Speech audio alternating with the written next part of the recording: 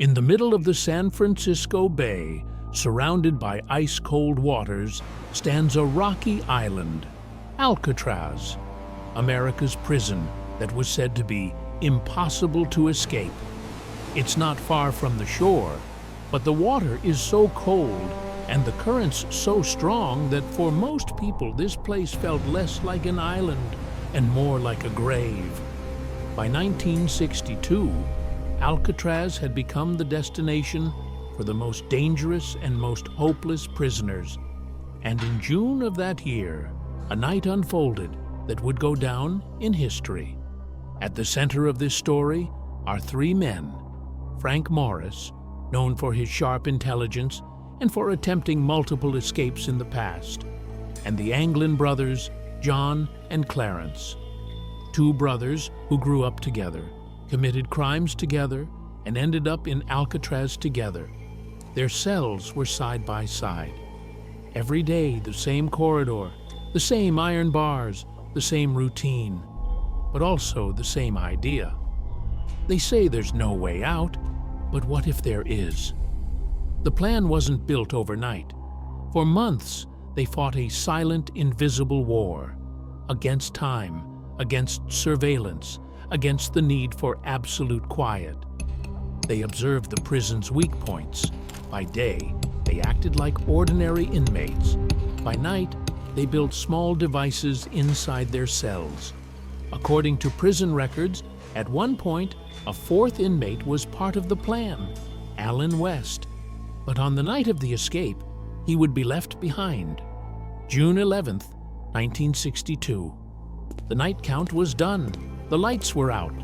Alcatraz believed it had gone to sleep. But there were no sleeping bodies in the cells, only realistic dummy heads, painted and completed with real human hair, placed in the beds to fool the guards. The three men crawled out of their cells into a hidden corridor, service shafts behind the walls, forgotten passageways behind the iron bars. For the first time, the island lost its silence. Once outside the prison, one final barrier stood before them: the San Francisco Bay. Records indicate they used a makeshift inflatable raft crafted from raincoats, along with handmade life vests.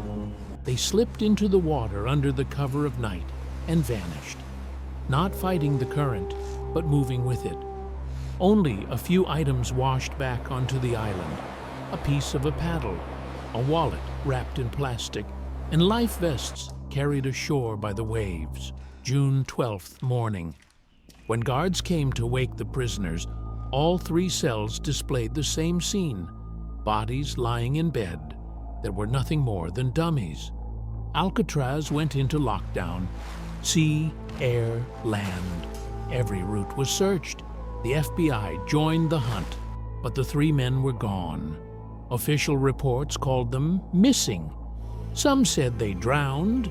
Others continued to ask the same question: what if they made it?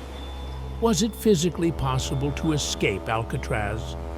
Experts debated this for years. Some experiments suggested that under the right conditions, the escape could have succeeded. But one thing is certain: on that night, the so-called inescapable prison was defeated for the first time in history. Frank Morris, John Anglin, Clarence Anglin, three men, and a case file that remains open to this day.